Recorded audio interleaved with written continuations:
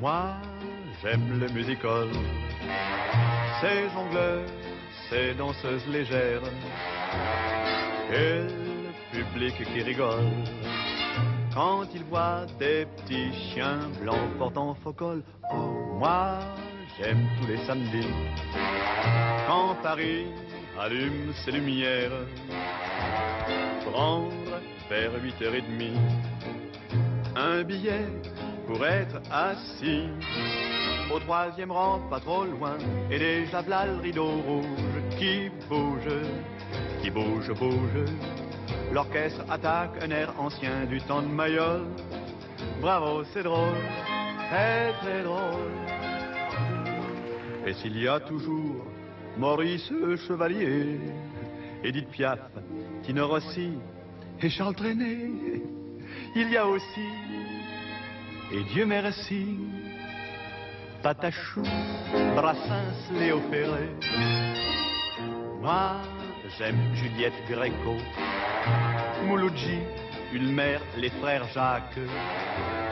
J'aime à tous les échos Charles Aznavour, Gilbert Bécaud. J'aime les boulevards de Paris quand Yves Montand qui sourit les chante, et ça m'enchante. J'adore aussi ces grands garçons de la chanson, les compagnons ding ding dong. Ça c'est du music-hall, on dira tout ce qu'on peut en dire, mais ça restera toujours, toujours l'école où l'on apprend à mieux voir, entendre, applaudir, à s'émouvoir en se fendant de larmes ou de rire. Voilà pourquoi la do mi sol, j'aimerais toujours le music-hall, j'aimerais toujours, toujours, toujours, toujours, toujours le music-hall.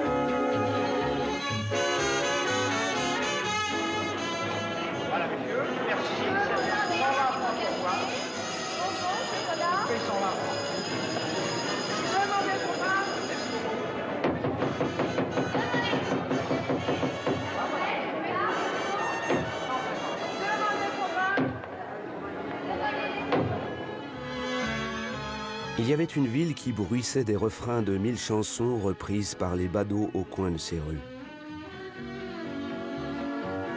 1000 refrains jaillis du ventre des phonographes et des planches des lieux de plaisir sur quoi, la nuit venue, se levait sans rideau de velours. Mais il y avait aussi une ville ingrate, souvent oublieuse de son passé, fait de musique légère ou tragique, de ses chansons, de ceux qui les écrivirent et de ceux qui les portèrent parfois jusqu'à la légende. De ceux-là, la ville gardait pourtant quelques traces. Un fronton de faïence, boulevard de Ménilmontant, une plaque, un nom, une statue perdue au fond d'un square, tout ce qui semblait rester de Béranger, l'une des gloires chansonnières du XIXe siècle. Combien je regrette mon bras si dodu, ma jambe bien faite, et le temps perdu. Avec des pétales de rose. En toute justice, le grand Georges, lui, dominait son parc, où son buste accueillait d'ultimes billets doux. La belle n'était pas bien grosse, une seule rose a suffi.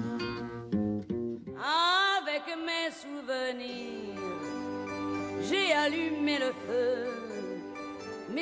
Elle avait conquis de haute lutte le droit d'avoir son bar du coin, sa place et même sa statue. Balayer les amours avec leur trémolo, balayer pour toujours. je repars à zéro. Le vieux Montmartre s'était doté d'une muse pourtant bien étrangère à son folklore.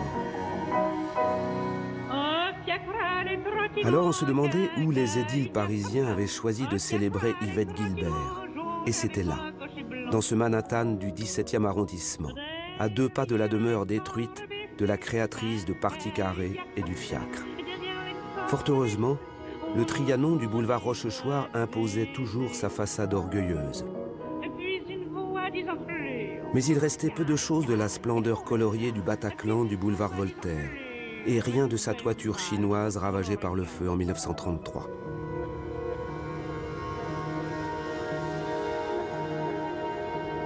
Le haut relief érotique et redoré de Fred et Folies Bergères de la rue Richer continuait de fasciner les touristes et d'affoler les pigeons.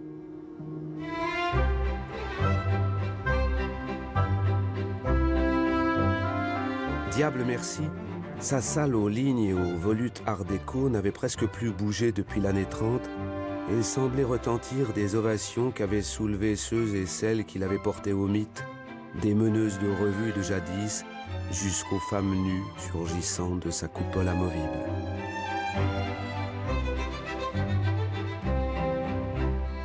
Mais nous n'en sommes pas encore aux paillettes et aux plumes de ces revues-là.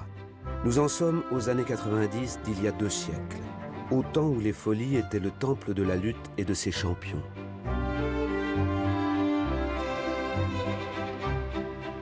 Raoul Le Boucher, Simon Antonovitch, Roger Le Bordelais, Carpini. Nous sommes en 1880, au moment du déclin de l'éclairage au gaz et à la victoire de l'électricité sur les ténèbres. Au moment aussi, 10 ans après, où les arts connaissent la révolution du Jugendstil, l'art floral qui bouleverse une certaine vision du monde et fait se convulser des principes architecturaux et décoratifs que l'on pensait immuables. Le fer et la fonte se tordent sous la main d'Hector Guimard, qui va donner aux bouches de métro parisiennes des allures de corbeilles de fleurs exotiques. Il est bien normal que le spectacle soit touché à son tour par ce raz de marée moderniste. Une femme en sera la maîtresse d'œuvre, cette Loie Fuller, venue d'Amérique, qui en 1892 fait d'éclatants débuts aux Folies Bergères. Seule ou avec ses élèves, elle conjugue l'électricité et l'art nouveau et donne véritablement le coup d'envoi à ce qui n'est pas encore le music hall, mais qui en indique les métamorphoses futures dans un tournoiement de voiles colorées par le bombardement de la lumière artificielle.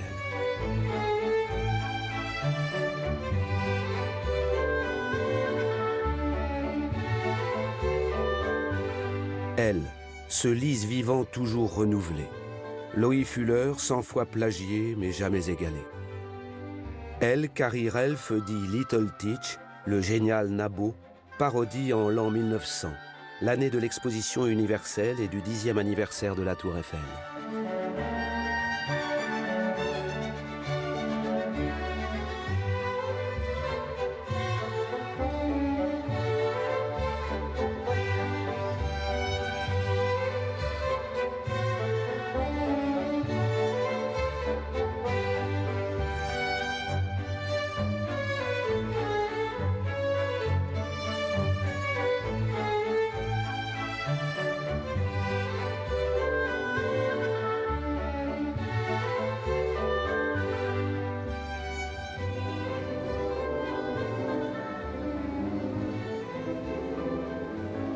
C'est aux Champs-Élysées que commence vraiment notre grand roman quand, à partir de 1840, des cafetiers installent sous leur frondaison des établissements qui vont faire florès, où le public assure le triomphe de Sulbach, Ouvrard le Père, Suzanne Lagier, Émile Mercadier, Zulma Bouffard et bien entendu celui de Paulus, réincarné par Père Chicot dans un film de Léonce Perret. Joyeux c'est fait tout le règlement. Suivez la recherche, baissez-vous en jouant les musiciens joyeusement. Joyeux c'est fait tout le règlement. Suivez la recherche, baissez-vous on jouait leurs instruments, c'était pas tant. C'est le temps des premières renommées, avant même le Cafcons, avant le music hall, le cinématographe, le disque, la radio et la télévision. Le temps où seul le praxinoscope d'Émile Reynaud restitue l'image animée de Teresa, autre étoile de l'Alcazar d'été, image évidemment muette de son répertoire si inconvenant. Teresa, qu'un cinématographiste avisé filme en 1905 dans sa retraite sartoise, en perpétuant le souvenir de la créatrice de La femme à barbe. C'est moi que je suis la femme à barbe. L'autre fondatrice, c'est Eugénie Buffet, première à imposer la silhouette et la voix de la pierreuse, la fille du trottoir avec sa lancinante sérénade du pavé. Fais-moi la charité, sois bonne ou ma chère inconnue. Une figure historique que saluera Jean Renoir dans son French Cancan sous l'apparence de l'une de ses héritières, Édith Piaf. C'est le génie d'Henri de Toulouse-Lautrec qui a porté jusqu'à nous l'image cruelle d'Yvette Guilbert, foudroyante diseuse fin de siècle, inspirant un autre impitoyable témoin de l'époque, Charles Léandre, avec son nez en pied de marmite et sa tignasse rouge, qui, confie-t-elle à Jules Renard, lui coûte 25 francs par mois, 100 de nos euros. Naturellement, monsieur Boudin faisait de l'œil à Madame Bouton. Naturellement, monsieur Bouton faisait de l'œil à Madame Boudin. De sorte que Madame Bouton faisait avec monsieur Boudin juste ce que Madame Boudin faisait avec monsieur Bouton. C'est ainsi que Madame Bouton mit au monde un petit Boudin. C'est ainsi que Madame Boudin mit au monde un petit Bouton. Voilà. C'est au tout jeune Moulin Rouge qu'Yvette fait ses grands débuts. Ce moulin de fantaisie que des entrepreneurs avisés, Charles Zidler et Joseph Holler, ont fait édifier au bas de Montmartre, place Blanche. En peu de temps, nimbé d'une réputation sulfureuse, ce monument dédié au plaisir le plus démoniaque a conquis le bourgeois en quête de sensations fortes.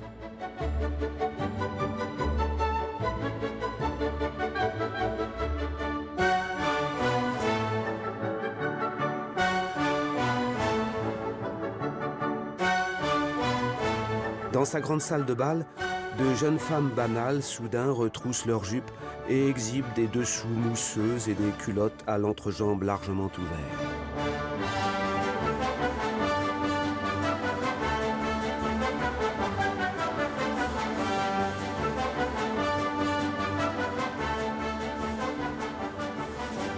Cela se nomme le chahut, puis quadrille naturaliste, et n'est pas prêt à se dissoudre dans la mémoire des hommes, même lorsque le temps aura passé, lorsque des bataillons de gambilleuses auront perpétué ce qui sera devenu le plus pudique French Cancan.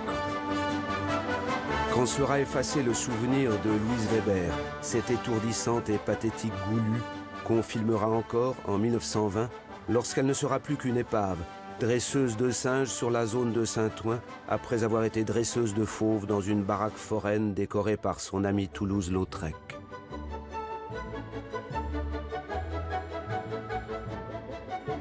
Le temps est aux transgressions, au travestissement burlesque et déjà au mélange des genres.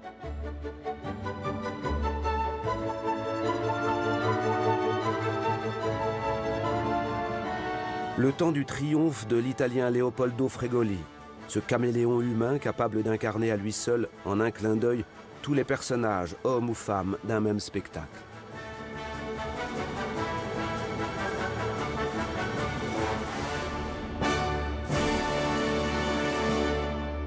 C'est le tournant du siècle où, 5 années après l'invention des Frères Lumière, leur cinématographe demeure muet malgré la vogue des appareils destinés à reproduire le son de la voix humaine. Une foule heureuse se presse sur le tout neuf pont Alexandre III et le monde entier vient à Paris pour communier dans l'espoir que le XXe siècle sera celui du progrès, de la concorde entre les peuples, de la paix, enfin. Comment en douter quand l'exposition universelle propose ce que le génie humain a depuis quelques années produit de plus inventif, de plus généreux, de plus fou. Le cinématographe, bien sûr, muet pour l'instant, mais qui ne va pas tarder à ne plus l'être. Dans la rue de Paris longeant l'exposition, on peut admirer déjà la vision des artistes célèbres dansant et chantant grâce à la primitive jonction de l'image animée, coloriée et du phonographe à cylindre.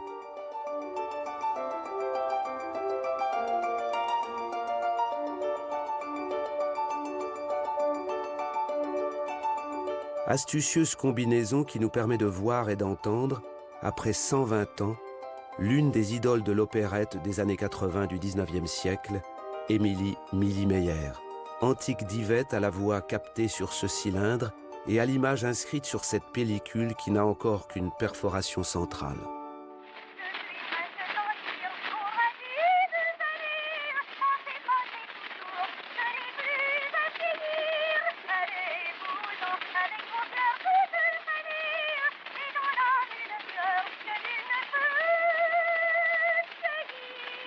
Au même programme, les spectateurs peuvent s'extasier devant la virtuosité de Christine Kerff dans une frénétique espagnolade.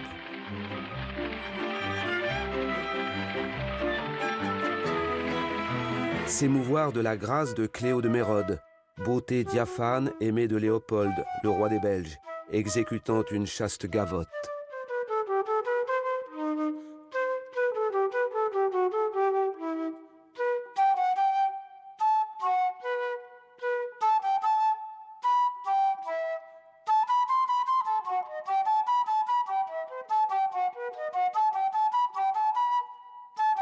Le Phono-Cinéma-Théâtre se doit de proposer aussi sa lecture d'une aventure de Pierrot, incontournable figure populaire que Sarah Bernhardt elle-même a incarnée en 1883.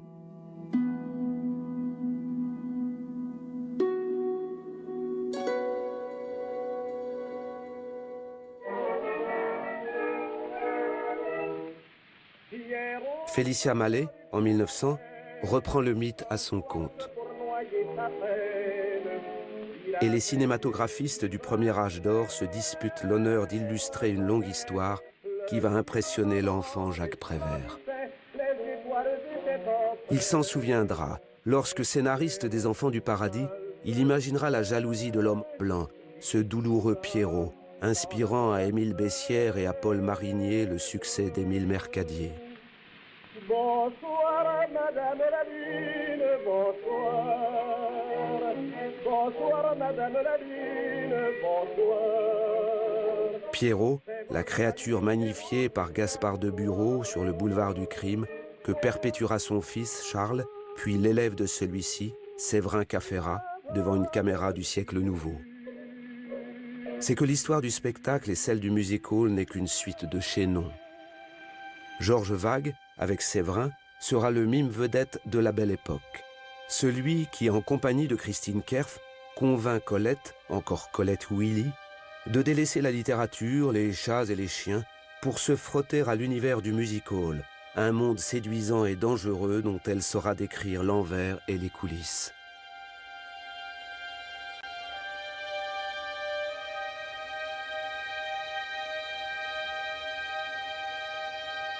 Un monde qui sera le sien durant 6 ans. Le prétexte de ses audaces, avec Vague, dans une pantomime intitulée « La chair », où elle exhibe, après un violent déshabillage, un sein nu qui fera alors sensation.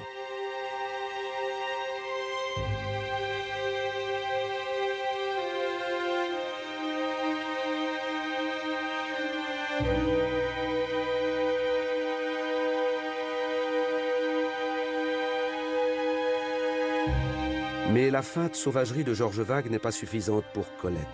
Elle veut proclamer un saphisme jusqu'alors secret et affirmer en public ses amours avec Mathilde de Morny, dite Missy, nièce de Napoléon III. Toutes deux créent au Moulin Rouge en 1907 certains rêves d'Égypte dont le Jockey Club se scandalise en les bombardant de gousses d'ail. Le spectacle est interdit après une première dont la presse à scandale déjà a fait ses choux gras. On ne craint rien au music-hall en ces années cascadeuses.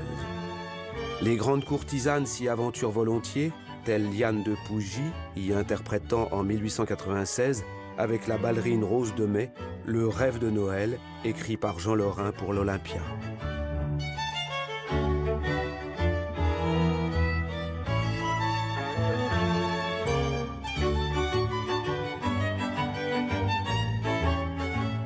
Caroline Otero échappe à la rue grâce à sa beauté et à d'élémentaires dons de danseuse, pour faire le bonheur de riches admirateurs qui la couvrent de bijoux. Luxueux trophée vanté par la presse autant que ses talents chorégraphiques.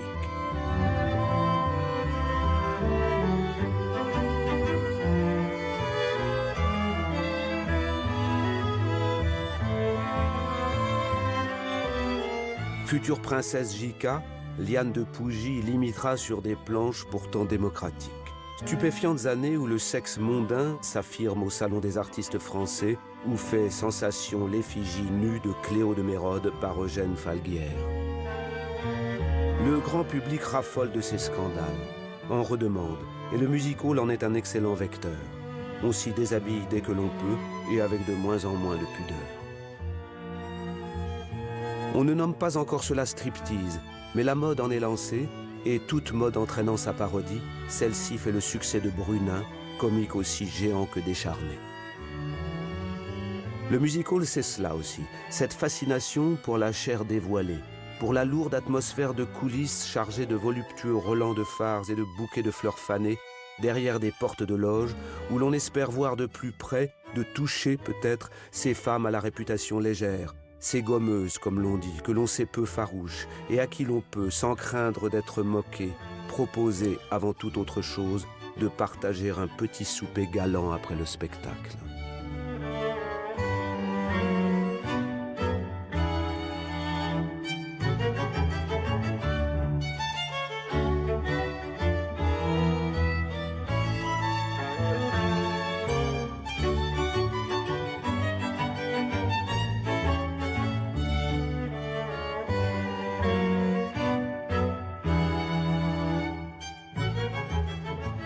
Faut-il s'indigner ou sourire de l'une des tares les plus profondes de ce monde, où se déploie sans retenue la vulgarité des comportements, où s'exprime une croyance bien ancrée selon laquelle une femme osant choisir le métier du spectacle ne saurait être qu'une traînée, envers qui il n'est nul besoin de procéder à de galants travaux d'approche.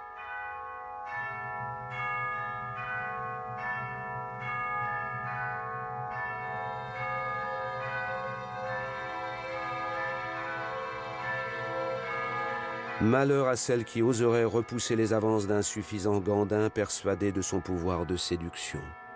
Les spectateurs de 1911 ne pouvaient pas ne pas voir dans l'héroïne de ce film de Jean Durand, Dancing Girl, une évidente ressemblance avec une authentique étoile, la délicate et pourtant trépidante Polaire. Polaire, la cantaride d'or célébrée par les poètes, l'amie et le double de Colette.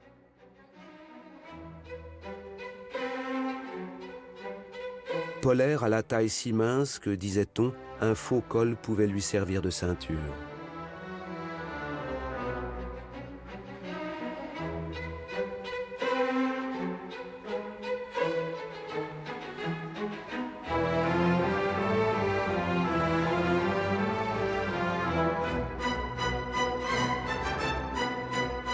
Polaire, la gommeuse épileptique, qui finira bien mal, alcoolique et oubliée en 1932. Combien sont-elles à subsister ainsi, moins avec leurs dons vocaux ou chorégraphiques qu'avec leur statut de prostituée accédant au désir de galants militaires dans des beuglans de province.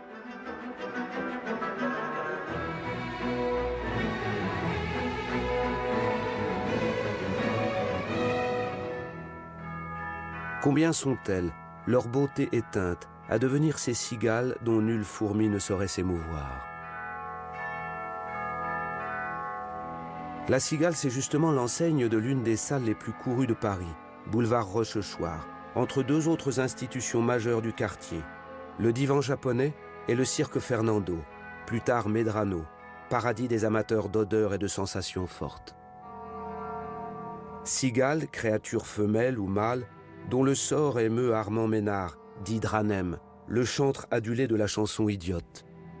Il fonde en 1911 la maison de retraite des vieux artistes, Harris Orangis, félicité par Armand Fallière, président de la République, qui salue ici Yvette Gilbert.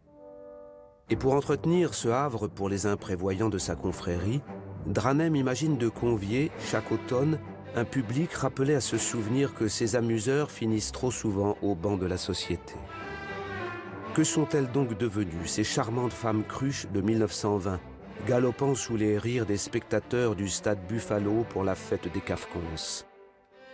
Faire rire, le principal souci, hier et aujourd'hui, des favoris d'une foule qui ne devrait peut-être pas se réjouir autant en ce début de siècle comme en celui d'une autre.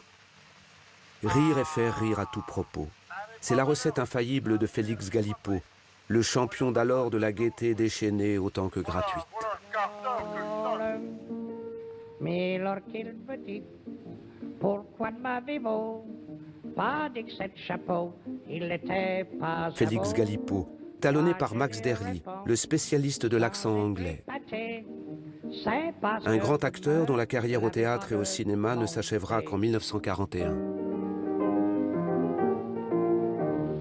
Le lendemain,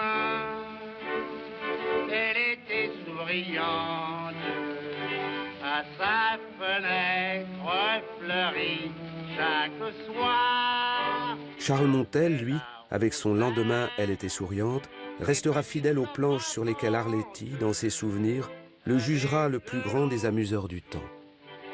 Mais c'est Dranem le généreux qui remporte tous les suffrages jusqu'à sa mort en 1935.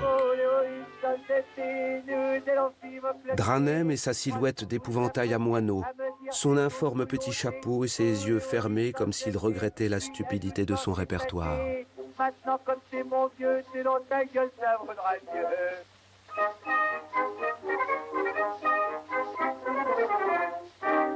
Dranem semblant possédé par quelques maladies nerveuses, l'une de celles qu'il s'en est allé observer à la Salpêtrière chez les patients du professeur Charcot.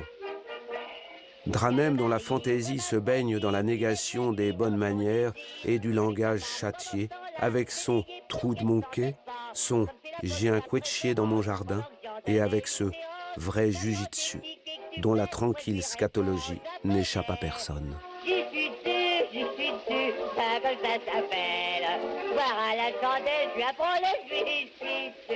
Cela ne fait guère rougir une époque qui fait le succès sur la scène du Jardin du Moulin Rouge en 1890 de Joseph Pujol, dit le pétomane, un Marseillais dont l'anus est le plus précieux instrument.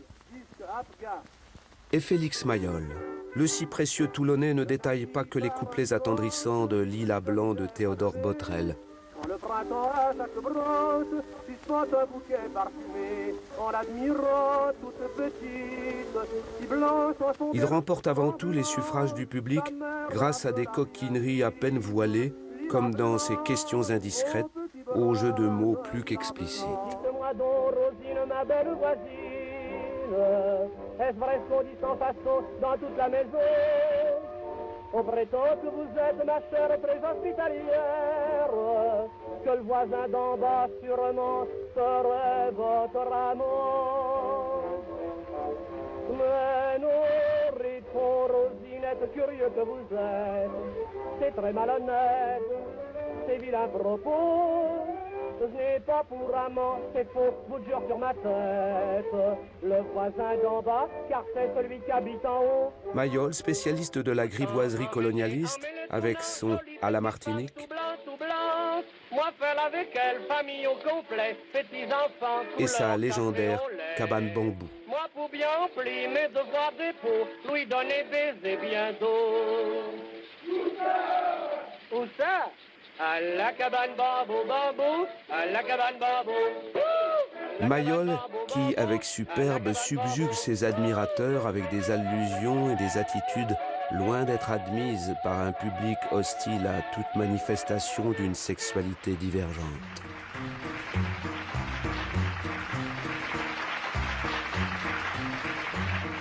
Il va cependant souffrir, Félix Mayol, de rumeurs insistantes à propos de mœurs alors condamnées. Il en souffre tellement qu'il imagine d'y répondre au printemps 1913 avec la complicité de Mistinguett, à la terrasse de la Potinière de Deauville, par l'annonce de leur improbable mariage, une nouvelle à sensation relayée jusqu'au cinéma après une presse avide de potins diffamatoires.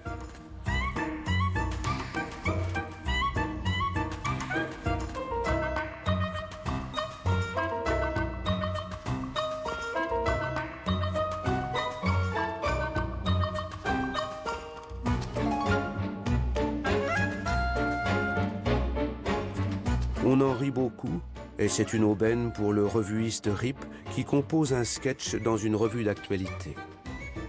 C'est André Marly, l'une des partenaires favorites de Prince Rigadin, qui y incarnera une mistinguette vêtue d'un frac de jeune marié, tandis que Fernand Rivers, futur plouf d'une série comique pâtée, sera un mayol en robe blanche couronné de fleurs d'oranger.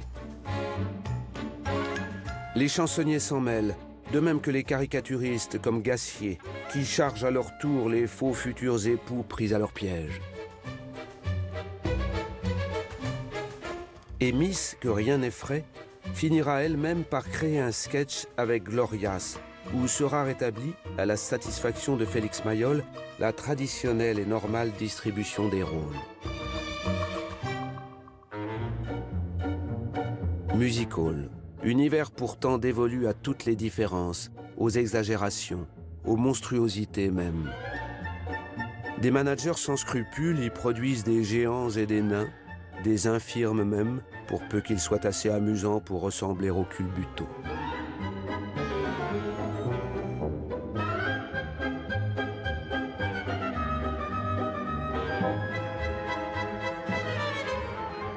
Le Lilliputien Delphin fait une belle carrière dans un répertoire où il joue, avec la perversité que l'on devine, de son apparence enfantine pour suggérer d'inavouables romances pédophiles.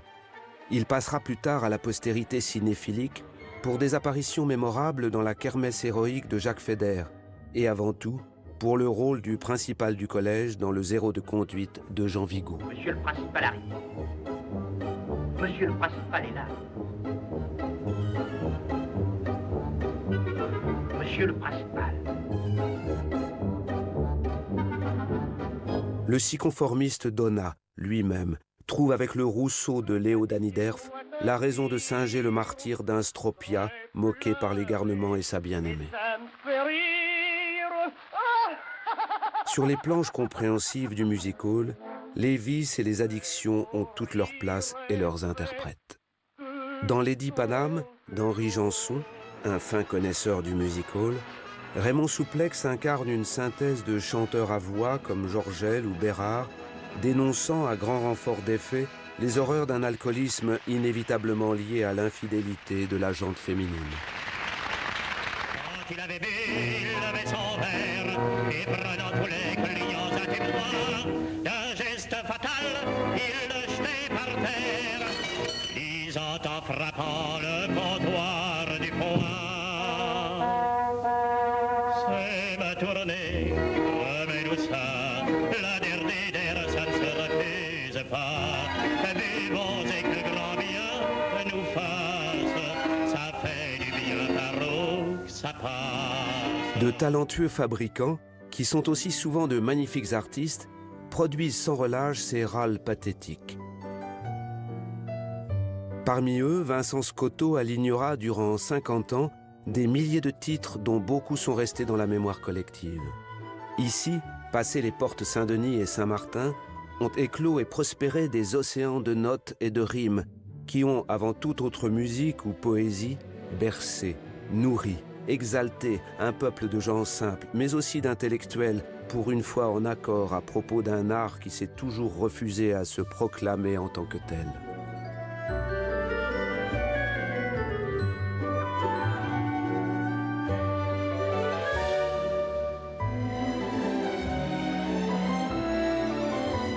Ici, tout a commencé il y a très longtemps, dans la marée des refrains populaires, de la foire Saint-Laurent jusqu'à ce quartier qui n'était pas encore de Paris, dans des arrière-salles de mastroquets peu fréquentables, devant des buveurs peu enclins à l'indulgence. Café-concert et bien vite cafecons, minuscules salles enfumées pour amateurs de gaudrioles ou de couplets sucrés, braves citoyens qui participaient, mine de rien, à la naissance d'un genre plus vivace que celui de l'opéra. Les tenanciers de ces lieux interlopes avaient flairé la bonne affaire. On vit bientôt leurs boutiques de marchands de vin, bois et charbon se transformer en casino du pauvre et leurs chanteurs d'occasion devenir vedettes de quartier. En 1909, devant le casino des Tourelles, avenue Gambetta, Louis Feuillade filme la sortie d'une spectatrice saisie par le démon d'une scie à la mode, la Bousbousmée. Encore quelques années, et l'on voit s'élever de véritables théâtres dédiés aux nouveaux spectacles. Boulevard de Strasbourg, 2 prestigieux établissements se font face en faisant la fortune de leur directeur. Là s'ébauche entre 2 revues, ce qui rapidement, à l'imitation d'une mode importée de Londres, va devenir un genre à part entière, le music hall.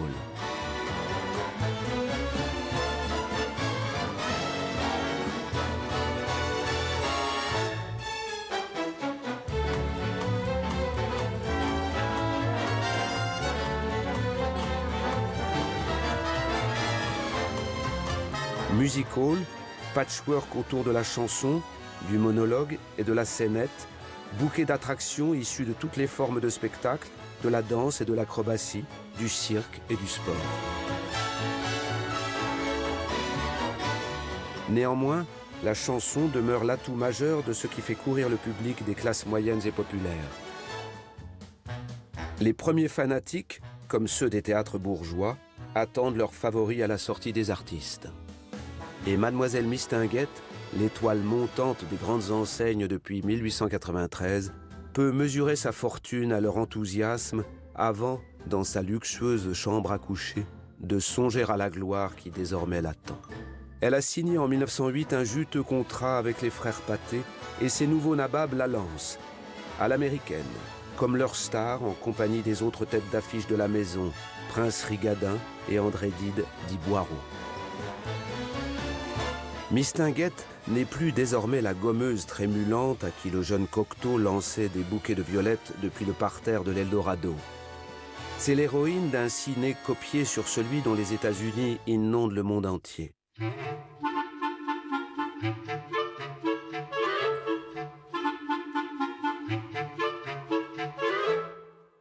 Mademoiselle Mistinguett, née Jeanne Bourgeois près du lac d'Enghien, n'est pas qu'une intrépide réincarnation de Pearl White, l'audacieuse vedette des Serial Yankees, mais la convaincante Éponine, en 1913, des Misérables d'Albert Capellani, l'une de ces créatures formées au creuset du music-hall qui désormais crève l'écran, tout comme Stasia Napierkowska, autre vedette Pathé, triomphant en Esmeralda dans le Notre-Dame de Paris du même Capellani. Napierkowska, contrairement à Mistinguett, va poursuivre une brillante carrière cinématographique. On la verra, moulée de soie noire dans Les Vampires de Louis Feuillade et dans La Fièvre de l'or de René Le Prince, mener un grand final à la sauce khmer, art lointain qui passionne alors les amateurs d'extrême orientalisme et de jolies femmes déshabillées. Où se conjuguent hardiment érotisme et archéologie? Au music hall, bien sûr, où l'on peut applaudir les exhibitions dévêtues d'une Hollandaise née Margaretha Zelle, rebaptisée Mata Hari, fausse et impudique prêtresse, avant d'être une authentique aventurière dont on connaît la fin tragique.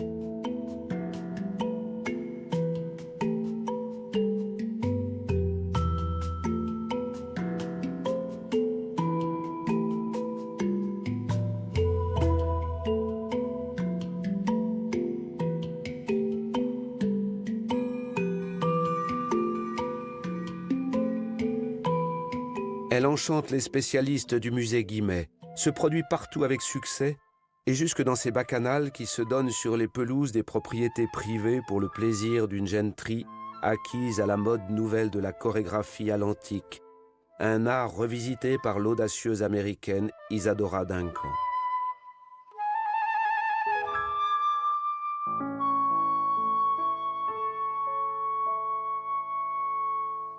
D'autres danseuses venues du classique suivent ce grand exemple, telle Regina Badet, passée du ballet de l'opéra comique à des exhibitions chaque fois plus audacieuses.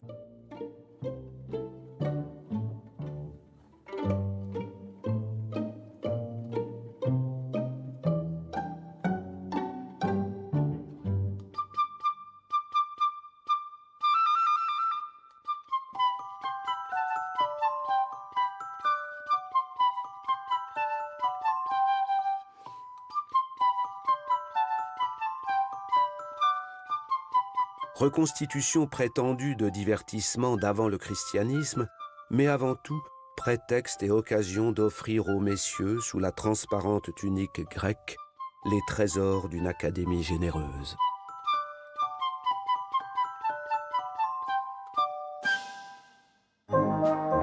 Il est grand temps, pensent certains, de revenir aux choses sérieuses. Un jury se donne pour tâche en 1914 d'élire une muse de la chanson. Pure jeune fille que félicitent Xavier Privat et Madame.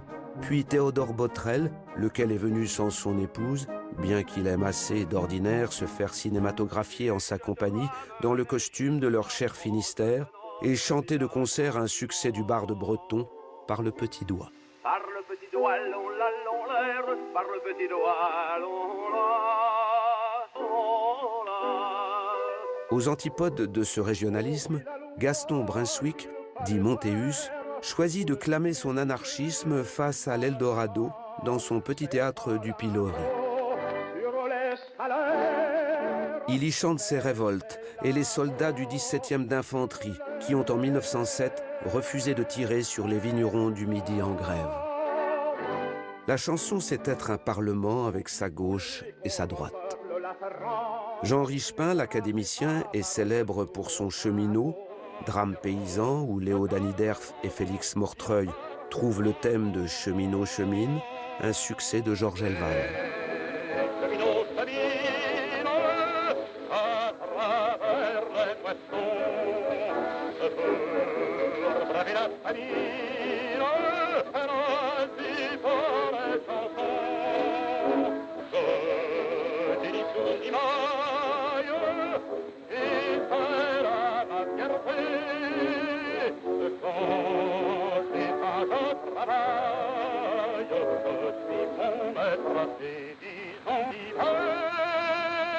Mais les gens du peuple préfèrent à ce regard venu d'en haut la volupté de valse lente écrite par Maurice de Féraudy, sociétaire de la Comédie Française, pour sa chère Paulette Darty.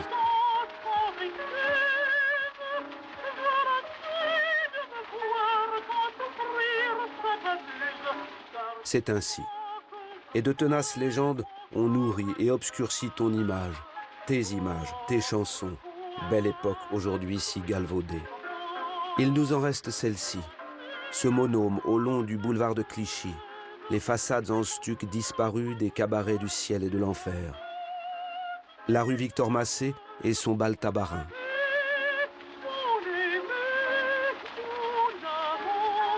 Et à 2 pas, rue Pigalle, la boîte à Furcy, au seuil de laquelle veille son propriétaire.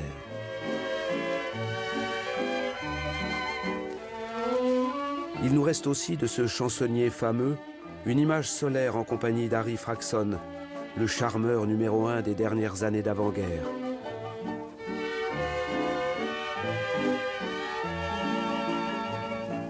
Fraxon, l'ami d'une autre célébrité, Max Linder, qui l'invite dans l'une de ses comédies, Entente cordiale.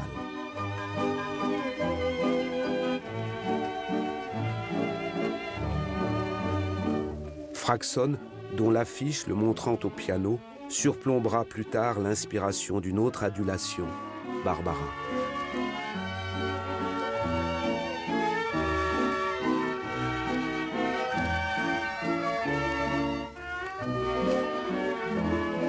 Une image signée Adrien Barrère, évidemment, l'affichiste obligé des grands de ce temps perdu. Adolphe Villette, lui, a doté l'illustre chat noir de Rodolphe Salis d'un Parce dominé, un résumé pictural de ces années d'ébullition, de fantaisie et de détresse. Sous cette vaste composition, on peut entendre les coqs-cigrues linguistiques de Franc Nohain, un jour adopté par Serge Gainsbourg. Celles aussi assez lestes d'un futur académicien, Maurice Donnet. On n'est pas, là, porté sur le progrès. Et Jules Moy peut s'y gausser de ces malheureuses qui tentent d'échapper à la misère en pratiquant la danse classique, à l'instar de Cléo de Mérode, épinglée pour ses amours avec Léopold, roi des Belges. Elle allait au bain de mer, elle allait au pôle, elle allait au pôle Nord, la. Mais sacré même temps, vous êtes la reine! Pigalle, déjà, est le lieu géométrique de la débauche. Le passage canaille avec ses brasseries de femmes faciles et ses hôtels borgnes, vers un Montmartre moins délétère, une campagne encore protégée des affres de la ville.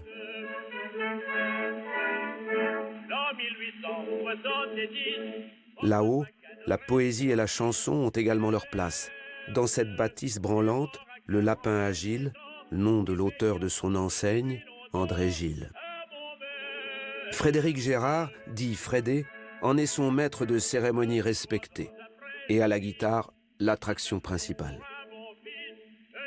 Le propriétaire en est une autre éminente figure de l'arrondissement, Aristide Bruant. C'est l'un des personnages essentiels de l'époque. Un cabaretier poète, féroce et tendre, dont il ne subsiste qu'une seule image cinématographique, celle-ci.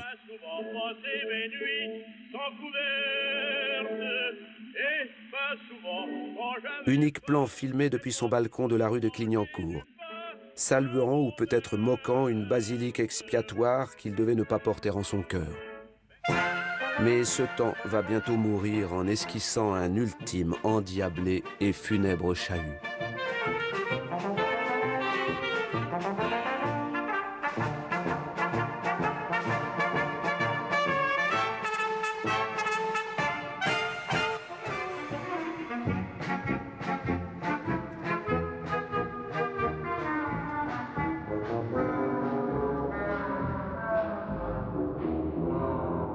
Le glas semble en être cette incroyable nouvelle en première page des journaux.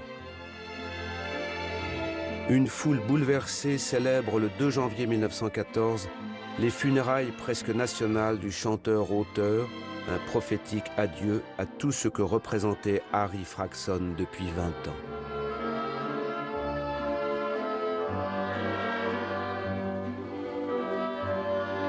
L'heure n'est plus aux amours, à leurs joies et à leurs sanglots. Le tonitruant Gaston Donat invite notre galante nation à d'autres émois. Le petit drapeau, je te flotte bien haut, image de la France, symbole d'espérance, tu réunis dans ta simplicité la famille et le sang. Les comiques troupiers et l'ancêtre Paulin ne font plus vraiment rire. Qui, en août 1914, peut encore s'amuser de la naïveté d'un tringlot pour qui le mot anatomie désigne une maladie honteuse? Passer la révision sous le costume du ver de terre, le major avec attention me regarde devant et puis derrière. Puis m'ayant vu de la tête aux pieds, le v'là tout à coup qui s'écrit, gaillard faudra le mettre cavalier, rapport à son anatomie. Quand je suis parti avec ma classe pour venir ici faire mes 3 ans, mon cousin me dit, il y a le fils Vidas qui va dans le même régiment, tu devrais faire sa connaissance. J'ai fait comme avait dit le cousin. Qui peut ricaner encore aux pitreries de Bach, créateur d'Avec l'ami Bidas? Une autre de ses chansons, au printemps 14, Quand Madelon, ne sera pas étrangement le succès escompté. Avec l'ami Bidas, on ne se quitte jamais, attendu qu'on est tous deux natifs d'Arras, chef-lieu du Pas-de-Calais. On a chacun la sienne et les bras ballants devant les monuments. Dans les rues on se promène, ça nous fait passer le temps. Là. Les appelés, malgré ce que prétendent les littérateurs va-t-en-guerre, ne gagnent pas la gare de l'Est, la fleur au fusil et la chanson au cœur.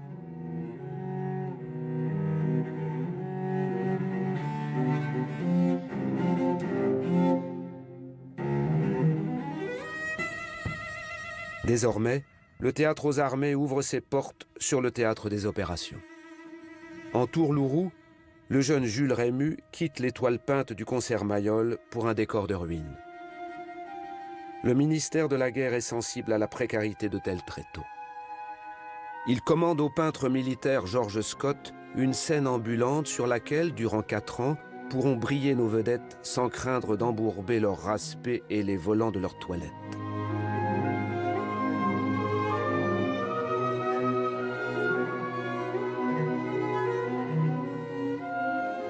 Oui, le music-hall a pour devoir de monter en première ligne. On voit Jeanne Roch, dite Musidora, l'ex-muse vénéneuse des vampires de Louis Feuillade, se convertir au blanc lilial et brandir nos 3 couleurs devant nos chers blessés.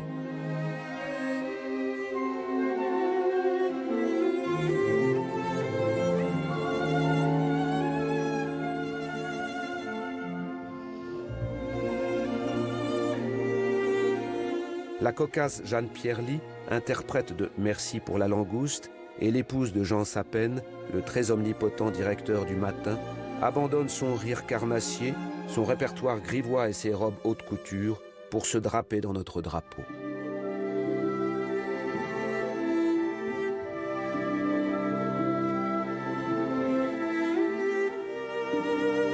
Eugénie Buffet se dépense sans compter, ordinairement accompagnée du compositeur aveugle René de Buxeuil, pour soutenir le moral de ces combattants qui ont baptisé du pseudonyme de Caporal Nini, l'ancienne rôdeuse de Berge.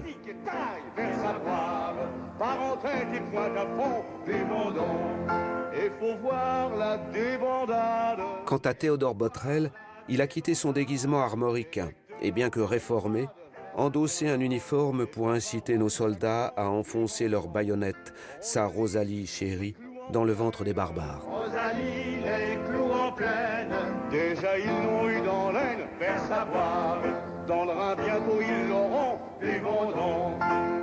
Félix Mayol, de son côté, n'y tient plus. Avec une grâce jamais reniée, il enchante des permissionnaires émerveillés de séduire le chantre équivoque des mains de femmes. Il ne manque surtout pas d'honorer ces grands noirs venus d'outre-mer défendre la patrie avec son boudou badabou. Un grand gaillard à la peau noire, autant comme l'ivoire, je vais vous conter son histoire, dans cette chanson. D'abord voici le nom de ce brave garçon. Il s'appelait Boudou Badabou, il jouait sa flûte en acajou. Ah, Mayol, la France ne vous remerciera jamais assez de votre dévotion à sa lutte. Loin des tranchées, à l'angle de la place Vendôme et de la rue de la Paix, lorsque Louis-Lucien Clotz, le ministre des Finances, vous réquisitionnera pour lancer l'emprunt de la victoire de 1917. Avec le sourire, nous devons souscrire au nouvel emprunt français qui nous donnera le succès. Faut vider nos poches pour chasser les boches et faire un placement qui donnera largement, tout près de 6 francs pour 100.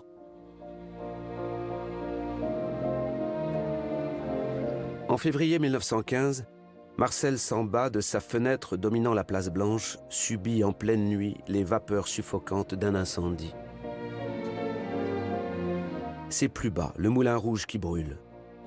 Les Parisiens se disent que la guerre vient aussi d'être déclarée à leurs souvenirs les plus joyeux, les plus chers.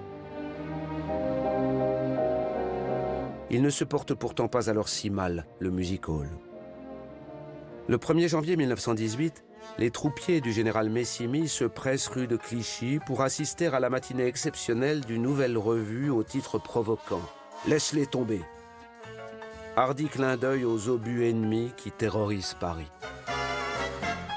C'est une catastrophe domestiquée, écrit Cocteau après la prestation du danseur Harry Pilser et de son frère Murray à la tête de son jazz band. Folie du jour importée d'Amérique.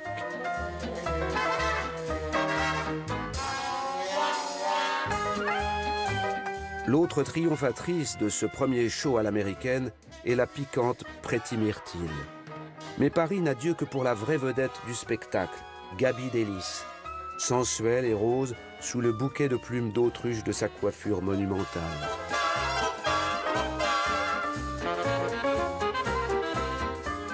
Divine. Avec cette apparition de rêve, la guerre ne peut aller que vers sa fin. Le cauchemar cesse donc en novembre 1918, en ce vendémiaire que Feuillade dédie à l'un des artisans de la victoire, le pinard, généreusement versé aux poilus qui ont hésité souvent à s'extirper de leurs tranchées sous le feu des boches. Madelon remplit nos verres, entonne soulagé les planqués de l'arrière dans la Madelon de la victoire, et l'on honore l'autre Madelon, la première, la vraie, méprisée en 1914, en posant une plaque sur son hypothétique lieu d'envol, une école de Fontenay-sous-Bois aux accents martiaux de Rosamy. Le music-hall n'a-t-il donc fourni que de réconfortants refrains aux combattants? peut-être, mais il a donné beaucoup des siens aux Molochs de la guerre. Harris Orangis, le secrétaire d'État aux Beaux-Arts, et Dranem inaugurent un monument élevé à la mémoire de ceux que les feux de la rampe n'éblouiront plus jamais. Oh, pas de nom illustre inscrit au revers du relief, montrant un Pierrot affublé des accessoires du fantassin. Comme dans ce sacré métier, ce ne sont que des obscurs, des sans-grades, qui ont souffert et disparu de la mémoire de l'ingrat, du dévorant public. Mais quoi? Il faut encore, de nouveau et toujours, savoir sourire.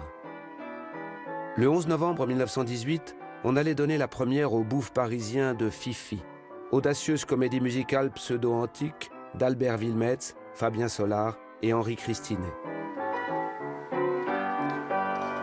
Pour cause d'armistice, il faut reporter au surlendemain la représentation d'une œuvre qui ouvre les vannes de ces années folles où, comme on l'a 100 fois dit, va se déchaîner un furieux appétit de revivre. Paris, peu à peu, retrouve ses lumières et un faste tenu il y a peu pour une offense au moral de la patrie. Le Moulin Rouge incendié retrouve son éclat et affiche en lettres de feu la souveraine de ces années-là et des suivantes, l'immarcessible Mistinguett. Elle y est entourée d'un bataillon de boys, de girls et de ces petites femmes nues, désormais chargées de conférer à la revue à grand spectacle une charge érotique toujours plus prégnante. C'est celle d'artistes qui portent au vedettariat un genre jusqu'alors mineur. Les plus admirés sont Edmond Guy et Edmond Van Duren, un couple propre à faire rêver les spectateurs, à coup sûr frustrés, qui fournissent le fonds de clientèle. Au diable colle en chair, vraie et fausse pudeur d'avant-guerre, la vénusté est reine. Au Bagdad de la rue du Faubourg Saint-Honoré, les noctambules dînent sans façon dans un décor de miroir où se reflètent des beautés sans voile. Et au fronton de l'Empire, avenue de Wagram, on peut lire les noms de Roseret et de Capella, un couple qui joint, le public maintenant l'ordonne, la nudité à ses prouesses acrobatiques.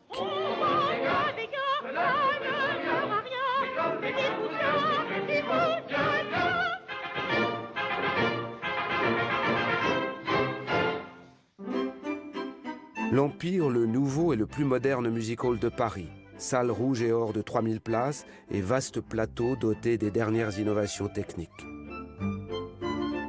Oscar Dufresne, déjà maître du concert Mayol, des ambassadeurs et du Palace, le dirige avec Henri Varna. On les voit entourant ici Bénédicte Razimi qui règne sur le Bataclan, un des temples de la revue dirigé d'une main de fer par cette femme de 1910 à 1926. Rue de Clichy, le casino jouxte le cabaret Florida et une autre salle où l'on célèbre l'opérette L'Apollo. Depuis l'historique Laisse-les tomber, il sera dirigé durant 12 ans par Léon Volterra, autre collectionneur d'enseignes prestigieuses et acteur de premier plan de la vie parisienne jusqu'à la fin des années 40. Aux Folies Bergères de la rue Richer, c'est Paul Derval qui a repris depuis 1919 la tradition des revues à grand spectacle lancées au début du siècle par les frères Isola. L'Olympia du boulevard des Capucines bénéficie, lui, des intuitions inégalables de l'ancien mime Paul Franck.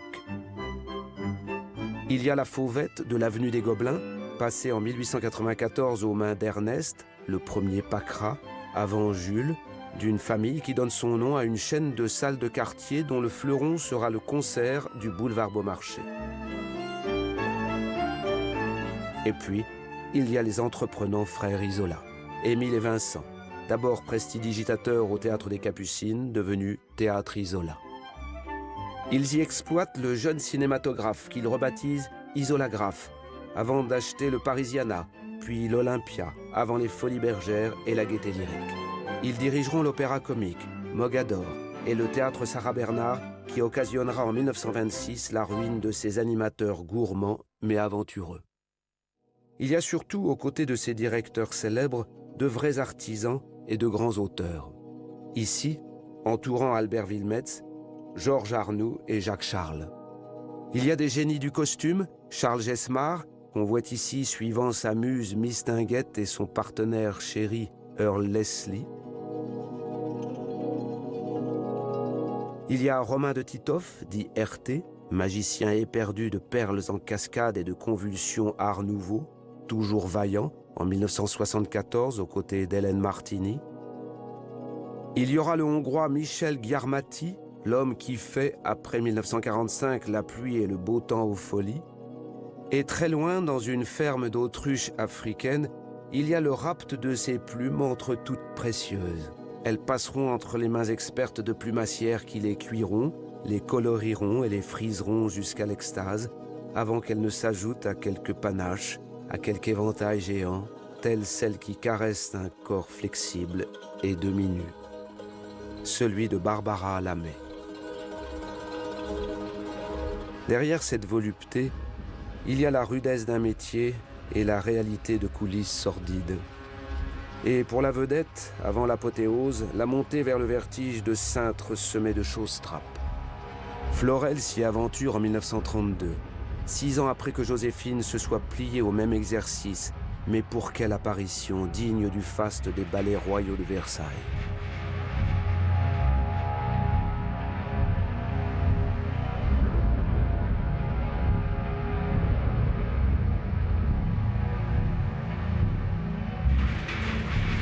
À la Perle Noire, une gigantesque boule de fleurs issue du plafond des Folies et s'ouvrant pour la découvrir, endormie sur un miroir.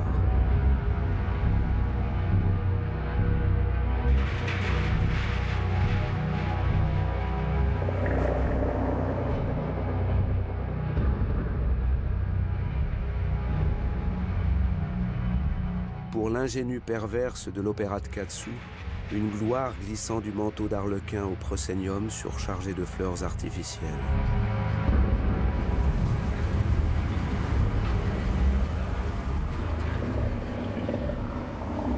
Pour rendre possible de tels miracles, il faut l'effort obscur de dizaines de techniciens et de machinistes, hommes de l'ombre, prompts à changer les perspectives, manipuler les illusions, faire que l'espace d'un plateau conçu pour les modestes féeries du 19e siècle puisse accueillir les avancées techniques du XXe.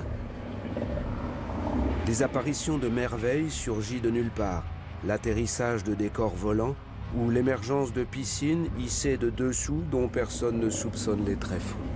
À faire que cet espace tenu pour son ancestrale stabilité se mue soudain en océan où s'avance dans la nuit, miracle de mécanique, un paquebot imaginaire.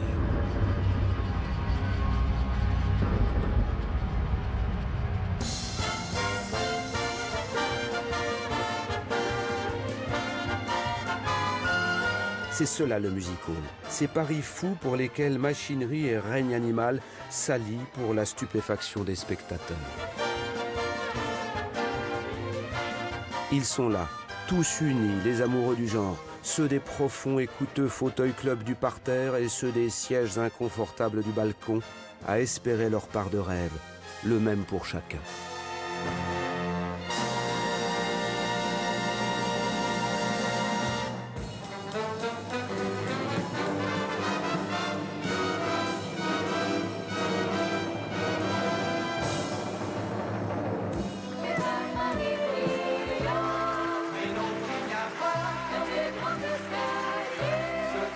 Ils attendent ce ruissellement prodigue d'images rutilantes, écloses d'un songe absurde. Ils savent que des escaliers sans fin descendront d'un ciel inconnu pour porter jusqu'à eux des légions de femmes offertes en esclaves consentantes. Ils ne veulent pas savoir que la meneuse de revue gravit de son côté, dans l'obscurité et l'angoisse, des marches moins luxueuses avant d'être saisie par le feu des projecteurs de poursuite.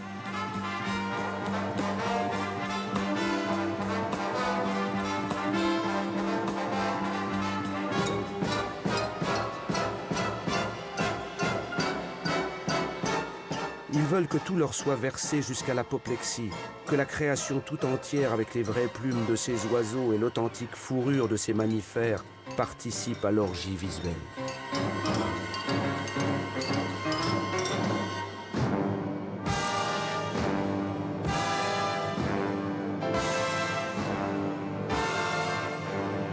Ils veulent les spectateurs rassasiés, quand le rideau enfin se baisse, emporter en eux l'ivresse de ce nirvana entrevu durant 3 courtes heures.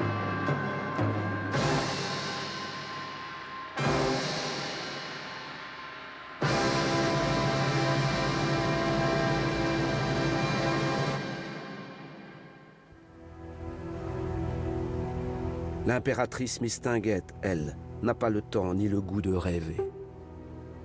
Le music-hall, c'est moi, proclame-t-elle avec quelques raisons. Elle règne avec une tranquille insolence sur un territoire où sa gouaille et son sens des affaires font la loi. Qui pourrait concurrencer ses célèbres gambettes, sa voix de roghomme et l'audace de ses interpellations au public qui l'adore et lui pardonne tout?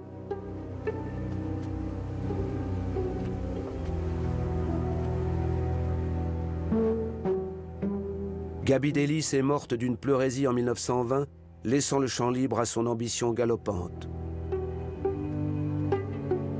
On l'a dit irremplaçable, mais au music-hall, pas plus qu'ailleurs, personne ne l'est vraiment.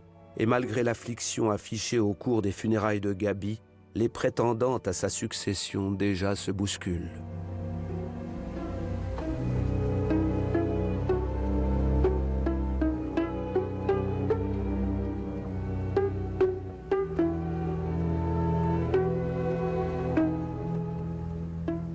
Il y a Jeanne Marnac et ses jambes impeccables, mais Miss sait qu'elle n'en fera à l'occasion qu'une bouchée. Directeurs, producteurs, metteurs en scène aimeraient pourtant bien échapper aux exigences tout autant artistiques que financières de la Miss.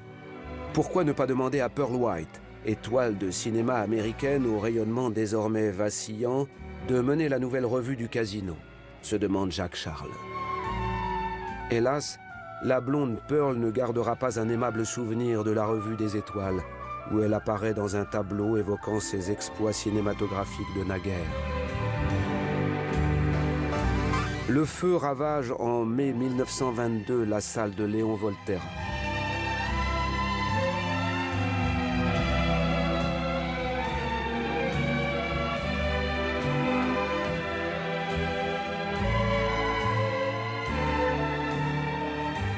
Et c'est bien entendu Mistinguett, en décembre de la même année, qui en fera la réouverture avec la revue En douce. Miss, à jamais disponible.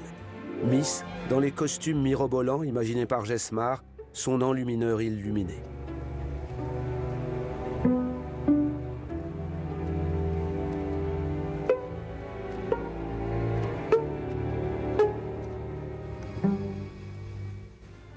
Miss, gambillant depuis ses débuts de gommeuse en 1893 et parvenant en 1908 à la célébrité avec la valse chaloupée dans les bras de Max Derly, immortalisée par le cinématographe sous la direction de Charles Burguet. Il me fout des coups, il me prend mes sous, je suis à bout, mais malgré tout, que voulez-vous? Miss, en 1910, improbable ballerine aux côtés de l'incontournable Prince Rigadin. Miss, en 1913, tangotant dans la glu d'Albert Capellani sur la terrasse du Pré Catelan. Quand ses yeux sur moi se posent, ça me rend toute chose. Je l'ai tellement dans la peau qu'au moindre mot, il me ferait faire... Miss, s'emparant du partenaire de la défunte Gaby Delis, Harry Pilser. Qu'il me ferait venir infâme. Miss, encore et toujours. Miss, dominatrice et formatrice, exhibant ses fourrures de prix. Je l'ai tellement dans la peau. Miss, repérant en 1913 le longiligne héros du royaume nain de Lilliput, le jeune Maurice Chevalier, et l'initiant au secret du métier, au plaisir de la vie et aux obligations publicitaires dans lesquelles elle barbote comme un poisson dans l'eau.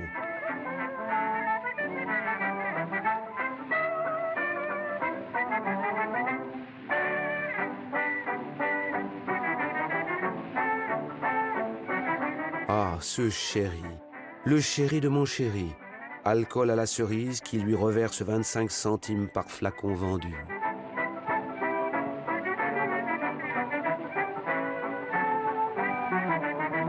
Miss, distribuant infatigablement des échantillons de cette liqueur. Et t'en es dans le faubourg Saint-Denis. Je suis comme la Miss du vrai gosse de Paris. Ses refrains tendres et moqueurs. Ou mettant aux enchères des chaussettes au profit de quelque œuvre charitable. Dans la pluie et le vent, j'ai chanté souvent. Moi j'en ai marre. Quand j'avais pas le rond et que les bons gueuletons se faisaient rares. mais dans ma détresse, sans cesse. Miss, portée en triomphe par la foule quand ce n'est pas par ses boys. Plus belle s'amenait. Oh, Miss, installant son frère Marcel boulevard Haussmann pour qu'il y vende en sa compagnie des crêpes dentelles à son effigie. je danse la java avec un beau gars à qui je dis bientôt. J'aime ta casquette, tes deux roues plaquettes et ton poupée gros. Tous les deux en douce.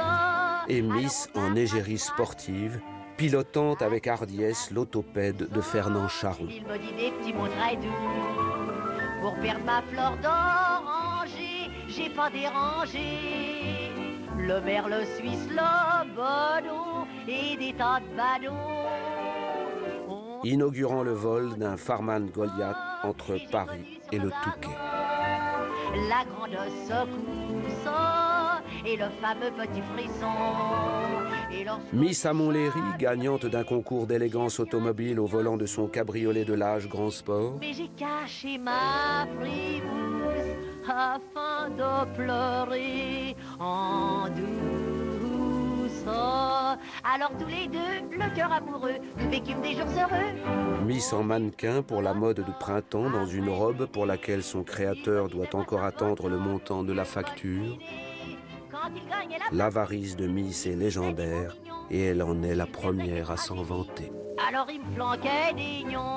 Miss, toujours à l'avant-garde, en tenue de cavalière en peau de vache pour trotter le long de l'avenue du Bois. Pareil que j'ai la vinette de Mademoiselle Distinguette. Comme elle a fait gaieté, je veux chanter. Je suis une blondinette, je suis très coquette et dans tout Paris. On me suit, on me dit, gentille blondinette, peut tenir en trompette comme il est gentil. Mais oui, hé là-bas, monsieur le sergent de ville, regardez la ville de ce imbécile. On me suit, il promet des châteaux, des perles et des autos. Et puis, il me donne la peau, la peau.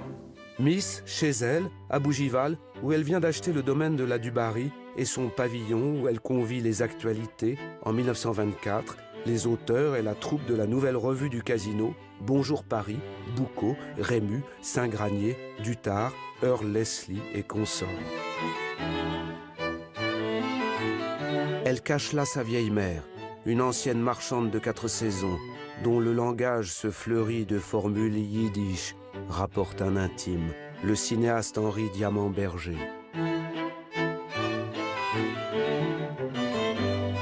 Mais elle y montre Marcel Desboutins, qu'elle surnomme Fraisette, une admiratrice qui a su conquérir son cœur et qu'elle marie à son frère pour faire taire les ragots.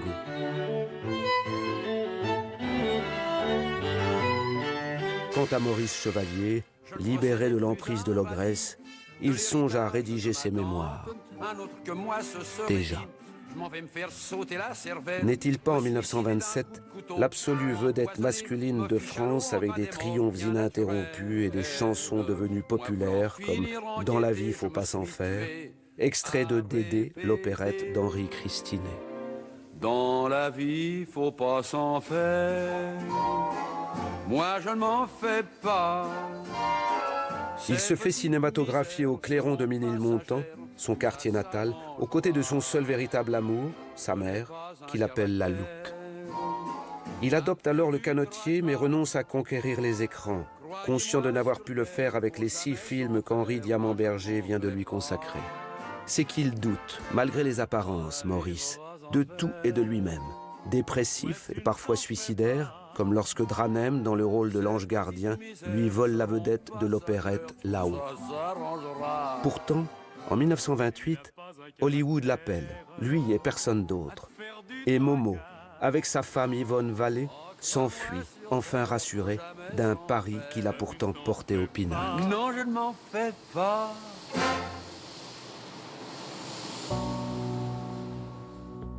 On l'honore 20 ans plus tard, visiteur privilégié sur le plateau de Lady Paname, évocation émue d'une époque dans ce décor du faubourg où il a apprivoisé la gloire.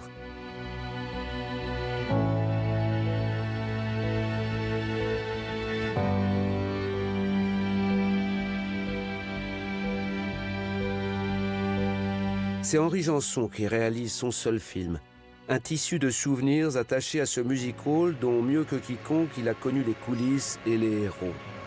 Janson qui demande à Germaine Montero d'incarner un condensé des admirations de sa jeunesse. Superbe et fragile cariatide de l'Olympia rongée par la drogue et l'alcool. Entrez! Grandes dames moins soucieuses de leur public que de leur vie erratique. Pourquoi n'avez-vous chanté que 3 chansons? Travaille pas aux pièces? Non, mais le public paye pour vous entendre. C'est qu'il a de l'argent ou trop? Vous dites de bêtises indignes de vous. Indigne de moi, sans blague. Vous parlez toujours avec un monocle sur la langue. Indigne de moi. Qu'est-ce que je suis donc? Une très grande artiste. Qui gâche ses dons. Personne ne voulait de vous. Tout le monde disait, elle est finie. Je vous ai engagé envers et contre tout. Résultat, le premier jour, vous êtes arrivé en retard. Jeudi en matinée, vous avez oublié de venir. Aujourd'hui... Henri Crémieux incarne le patron.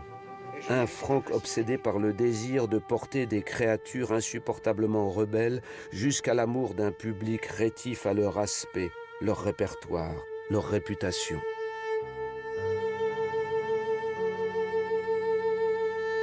Des damnés de naissance comme Claudine Boria.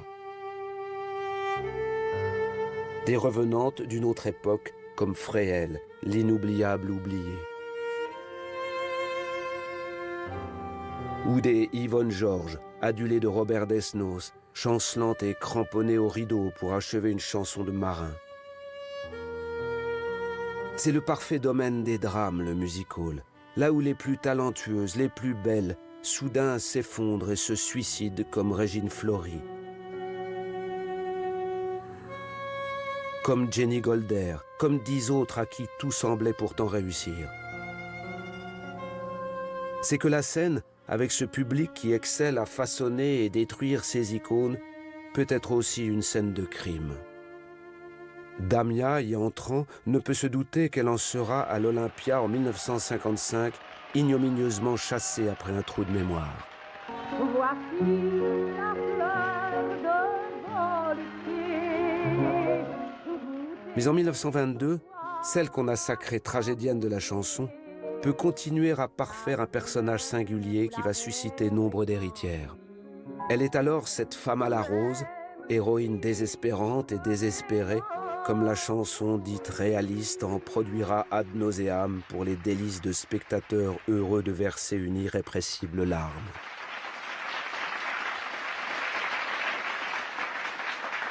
Chaleureux music-hall de quartier, pas encore condamné à se muer en salles obscures. Les numéros allègrement s'y succèdent dans la bonne humeur d'une salle emplie d'amateurs aussi savants que complices. On aime s'y émouvoir, mais on y apprécie avant tout les chanteurs comiques. Fortuget, par exemple, adepte de la parodie, revisitant à sa manière la femme à la rose, ou comme Georgius parodiant le tango crépusculaire et une romance hongroise lancée comme une invite au suicide. Connaissez-vous Sombre Dimanche, la chanson interdite à Budapest, la chanson qui tue les gens? Non, mais voici Triste Lundi, la chanson interdite à Buzenval, la chanson qui tue les mythes. On y acclame le facétieux chanteur-compositeur Gaston Gabaroche, protégé du dieu du genre, déclinant mais nullement démodé que reste Félix Mayol, qu'on voit ici marier l'un de ses autres très chers élèves, Senga. Quand tu seras dans la purée. Et l'on y acclame Georges Perchicot, champion cycliste reconverti dans la chansonnette. Une vie dorée comme celle d'un roi.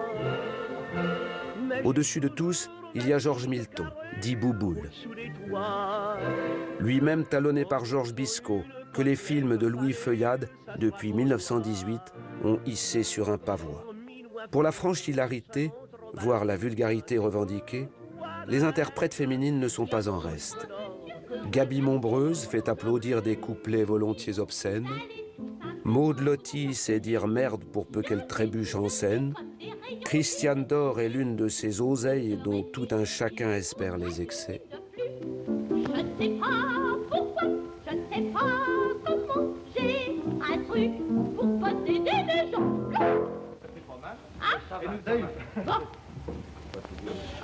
Quant au répertoire de Marcel Parisis, il n'est pas de ceux qui s'encombrent de subtilité.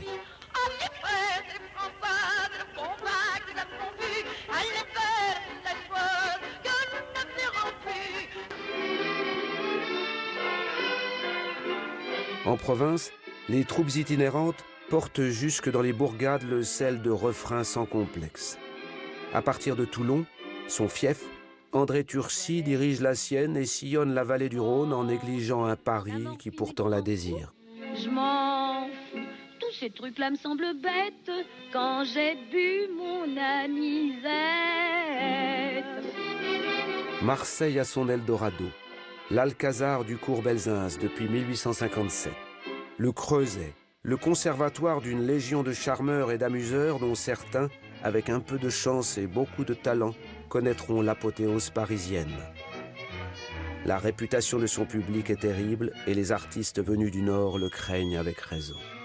N'y entend-on pas un soir, après que l'on ait annoncé la capiteuse Clara Tambour, une voix s'élever pour hurler « C'est une pute !» tandis que le speaker impavide enchaîne « Quoi qu'il en soit, voici Clara Tambour !» Hier encore, Marseille et toutes les régions de France produisaient et consommaient les échos d'un folklore disparu avec le XIXe siècle. Mais avec l'après-guerre, la province, comme le dira André Malraux, n'est plus qu'un mot affreux, une malédiction, y compris pour le spectacle et la chanson. C'est que Paris, la capitale, ne lui laisse aucune chance. Au fil du temps, elle est devenue en cette fin des années 20 la référence unique, le nombril du music hall, et par conséquent, celui du monde.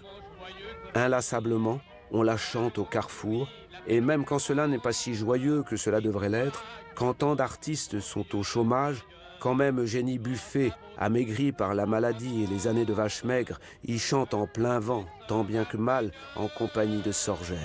Écoutez ma chanson, ma voix qui vous appelle. Ouvrez votre escarcelle, mon cœur s'allume qui sont. Pour les gens sans maison, les gosses sans famille, les vieillards en... Paris, nombril du monde, vraiment. En cette année 25, cela reste à prouver. L'ultramoderne théâtre des Champs-Élysées, depuis sa construction en 1912, peine à assumer son rôle de cathédrale de l'art moderne. Music Hall alors? Sa direction décide de le rebaptiser ainsi et d'y présenter ses artistes noirs venus de New York, dont on parle comme la cocasse Maud de Forest. Hélas, les répétitions de la troupe coachée par Caroline Dudley sont décevantes, et sa revue nègre se révèle pour des Parisiens poussiéreuse et aux limites de l'amateurisme. Pour les snobs de l'avenue Montaigne, les commanditaires, en quelques heures, doivent redresser une situation indigne de Paris et de l'exposition des arts décoratifs qui vient d'éblouir la capitale. Nouvelle mise en scène, nouvelle toile peinte aux couleurs éclatantes, nouveau visuel cubisant dû au jeune Paul Colin. Tel sera le programme de la revue nègre remodelée. Et avant tout, nouvelle étoile éloignée des premières options de Caroline Dudley, de ses vedettes reléguées désormais au second plan, une Joséphine MacDonald rigolote qu'on a extrait de la chorus line pour en faire la sensation du spectacle. Joséphine Baker naît ainsi le 2 octobre 1925. Une révolution. Vite, il lui faut publier ses mémoires à 19 ans. Tandis que Paul Colin multiplie les croquis de la beauté noire, Marcel Sauvage s'en charge.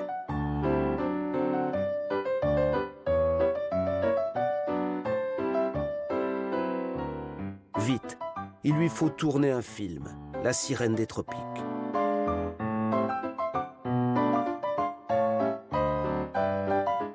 Vite, il faut habiller cette sauvageonne qui vient de connaître la gloire en s'exhibant à peu près nue. Paul Poiret s'y colle. Rien n'est assez beau, assez raffiné pour celle dont certains journalistes et les gens bien conspuent la vulgarité et la laideur native. Antoine, le grand coiffeur, se charge de pallier le seul point faible de Joséphine, la rareté de sa chevelure, avant sa presque disparition. Après le miracle parisien, la revue nègre est réclamée par l'Europe entière. Et partout, à Berlin ou à Prague, Joséphine provoque des émeutes admiratives. Nuit Inévitablement, l'Académie française du music hall, les Folies Bergères, l'attire dans ses raies.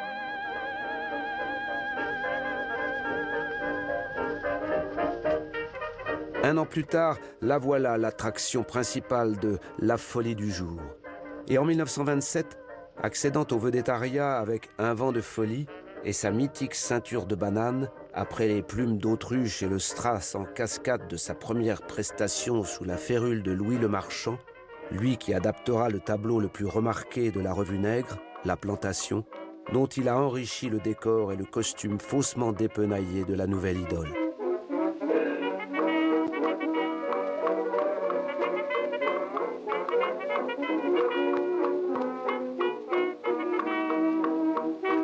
Baker, au sommet déjà d'une carrière retentissante qui ne s'achèvera qu'en 1975 avec une rentrée fatale à Bobino. Joséphine ouvrant sa propre boîte, nouvelle enseigne parmi toutes celles que Paris fait scintiller aux yeux d'une octambule de folles années épuisantes. Épuisante, expirante, oui, mais combien riche pour le music hall.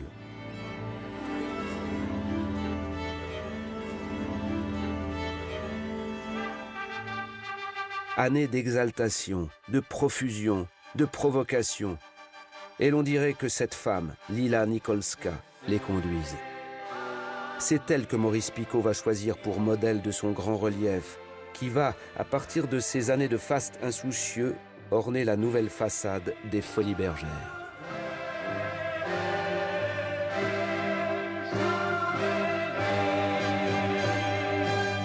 Allez, envoyez le final.